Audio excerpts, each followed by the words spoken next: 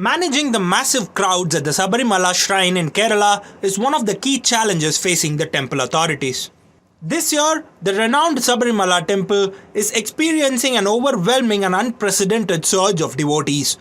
Pilgrims are having to wait up to 18 hours to get darshan, and this has led to frustration and chaos, with many breaching the queue system. Long-time visitors to the temple blame it on poor planning and mismanagement, which has dragged on for years. This time, the authorities were unable to handle the crowds, leading to the death of an 11-year-old who was suffering from health issues. Inadequate transportation facilities and infrastructure at the Pambai and Nilakal base camps have been compounding the problems. Pilgrims have been complaining over the years that the government has failed to ensure basic amenities. Some say that they have been forced to stand in queues for long hours, even up to 18 hours without food or water. Sources claim that there is a conflict between the police and the Travancore Devaswam board over managing the overwhelming influx of devotees. The dispute involves implementing the Tirupati queue model at Sabarimala. However, the Sabarimala pilgrimage, being a seasonal event, is different from the visits devotees pay to temples like Tirupati or others in South India all the year around. The Sabarimala temple is located some 170 kilometers away from Thiruvananthapuram. It is nestled amid 18 hills of the Periyar Tiger Reserve, so the challenging hilly terrain too makes it extremely difficult for any government to consider building constructions in the area. Yes, there is the Sabarimala master plan, which has been in the pipeline for several years.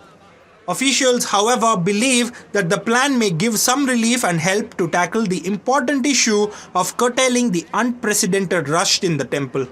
The master plan will focus on traffic and transport management, solid waste, water and sanitation, the creation of more base camps, logistics for pilgrims, healthcare and hospital facilities, communication infrastructure, and disaster management.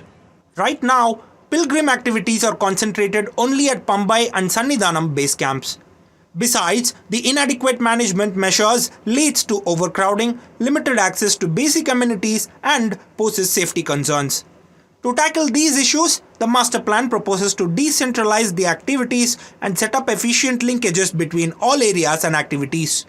This involves developing additional base camps at Nilakal, Erumeli and Uppupara, along with transit facilities at Vandiperiyar and along the trekking paths leading to the Sabarimala shrine.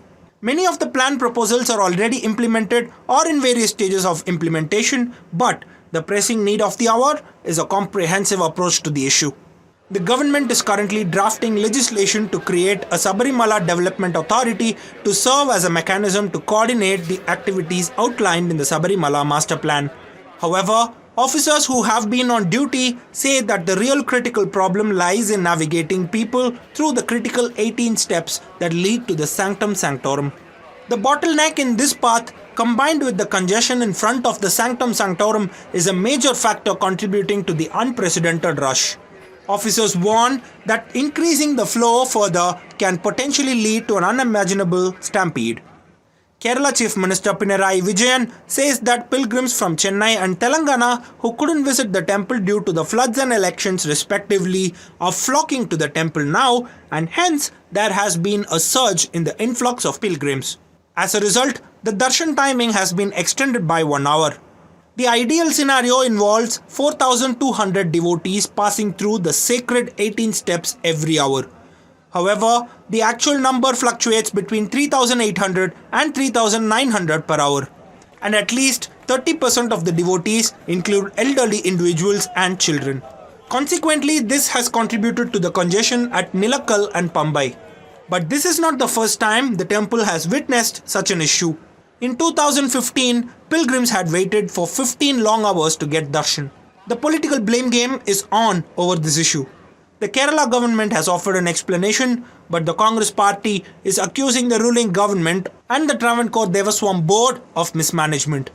The political row continues. Meanwhile, the pilgrims continue to bear the burden.